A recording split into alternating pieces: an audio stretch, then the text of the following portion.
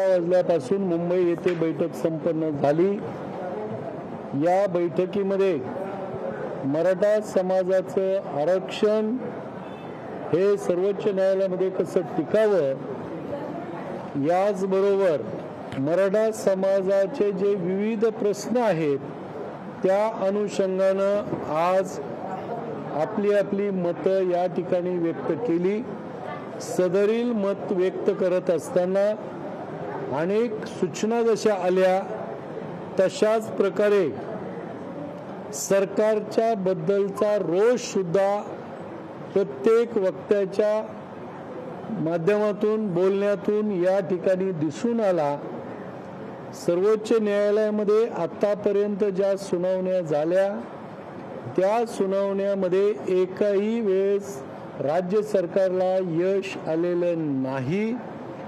ही परिस्थिती लक्षात घेता 25 जानेवारीला जे अंतिम सुनावणी होणार आहे त्या सुनावणीमध्ये काही धोका होऊ नये याकरता आज मुंबईमध्ये सर्वांनी एकत्र येऊन एकत्र विचार करून सरकारला काही सूचना कराव्यात म्हणून आज बैठक घेतली, त्याच्यावर चर्चा केली गेली आणि त्या अनुषंगानं आज एकूण 10 ठराव या ठिकाणी पास करण्यात आलेले आहेत। आजची बैठक बोलवण्यामध्ये मुंबईचे मराठा क्रांती मोर्चाचे राजनजी घाट, प्रफुल्ल पवार, सुद्रिक, मांजरेकर, सावंत, नामदेव पवार, त्याचबरोबर भाई राऊत, अभिजित घाट असे अनेक सगळे समन्वयक यांनी पुढाकार घेतला। राम बडेकर या सगळ्यांनी पुढाकार घेतला। योगेश विचारे असे सगळे लोकांनी पुढाकार घेतला आणि यानंतर जी बैठक झाली त्या बैठकामध्ये जी ठराव 10 झाले या ठरावामध्ये पहिलाच ठराव जो झाला आहे तो या सरकारच्या बद्दल आणि सरकारची उपसमिती आहे त्या उपसमितीचे अध्यक्ष माननीय नामदार अशोकराव चव्हाण साहेब आहेत, त्यांच्याबद्दलचा आहे आणि म्हणून ठराव असा झाला आहे की नामदार अशोक चव्हाण साहेब यांना उपसमितीच्या अध्यक्ष पदावरून दूर त्वरित करावं आणि त्याऐवजी उपमुख्यमंत्री नामदार अजित पवार किंवा नामदार एकनाथराव शिंदे किंवा नामदार जयंतराव पाटील यांच्याकडे जबाबदारी सोपवावी।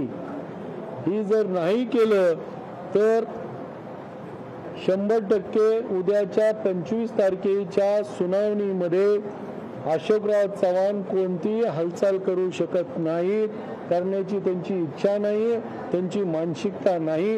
आतापर्यंत जसं अंतरिम स्थगिती त्यांनी ओढवून घेतली तसंच काळबेरं मराठा आरक्षणाच्या बद्दल होण्याची शक्यता नाकारता येत नाही, म्हणून दूर करणं हा पहिला ठराव या ठिकाणी आज केला।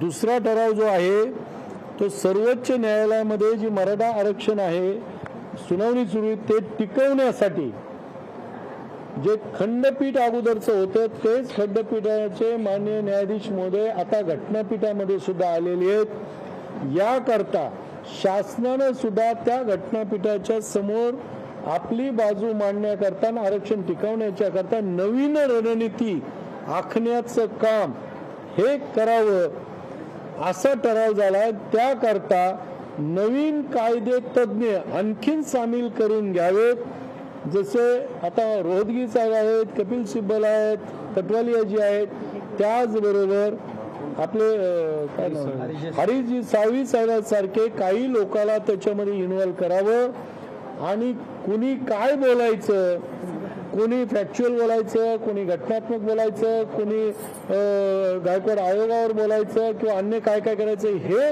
सगळी रणनीती सरकारनं ठरवणं गरजेचं आहे। त्यासाठी नवीन रणनीती करण्याकरता कायदे तज्ञांचा समावेश करावा आणि हे सगळं करण्याकरता मराठा समाजाच्या सगळ्या नेत्यांना सोबत घेऊन या सरकारनं 31 डिसेंबर पर्यंत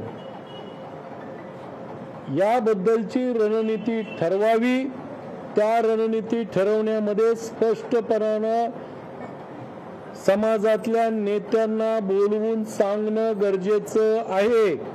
आतापर्यंत सरकारनं फक्त आम्ही तयारी करतोय, आम्ही बघतोय, आम्ही पाहतोय, आम्ही करतोय असं बोलूनच मराठा समाजाच्या आरक्षणावर सरकारनं गंडांतर आणलेलं आहे.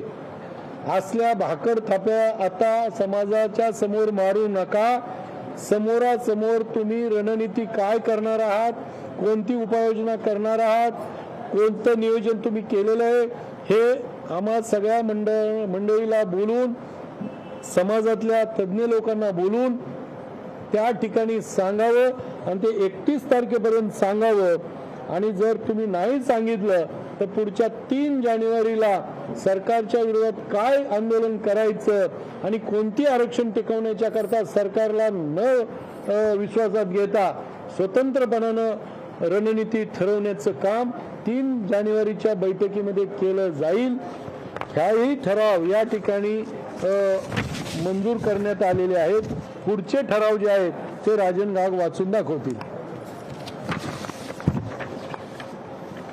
यानंतर सर्वात महत्त्वाचं म्हणजे शिक्षण आणि नोकरी संदर्भात जोपर्यंत मराठा आरक्षण अंतिम निकाल लागत नाही तोपर्यंत नोकर भरती करू नये असं आम्ही एकमुखाने आज ठरवलेलं आहे.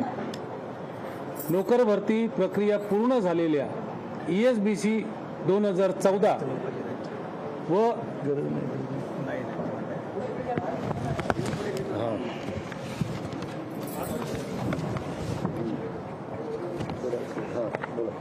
नोकर भरती प्रक्रिया पूर्ण झालेल्या ESBC 2014 व SCBC 2019-20च्या उमेदवारांना त्वरित नियुक्त्या देण्यात याव्यात.